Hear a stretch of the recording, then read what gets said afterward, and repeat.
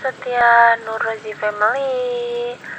Kali ini saya sedang ada di rumah. Kebetulan hujan sedang mengguyur rumah saya.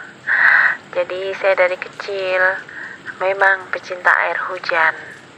Tapi bukan berarti saya senang atau sering main hujan ya.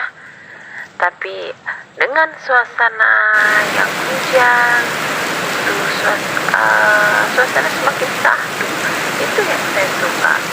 Kemudian kita sambil menikmati kopi, makan bakso di teras atau di depan rumah, ya bahagia sih, bahagia yang sederhana. Jadi kebahagiaan itu tidak terlalu mahal, tidak selalu dinilai dengan uang, tapi dengan suasana air hujan, saya sudah merasa bahagia. Oke, kita nikmati air hujan dulu ya.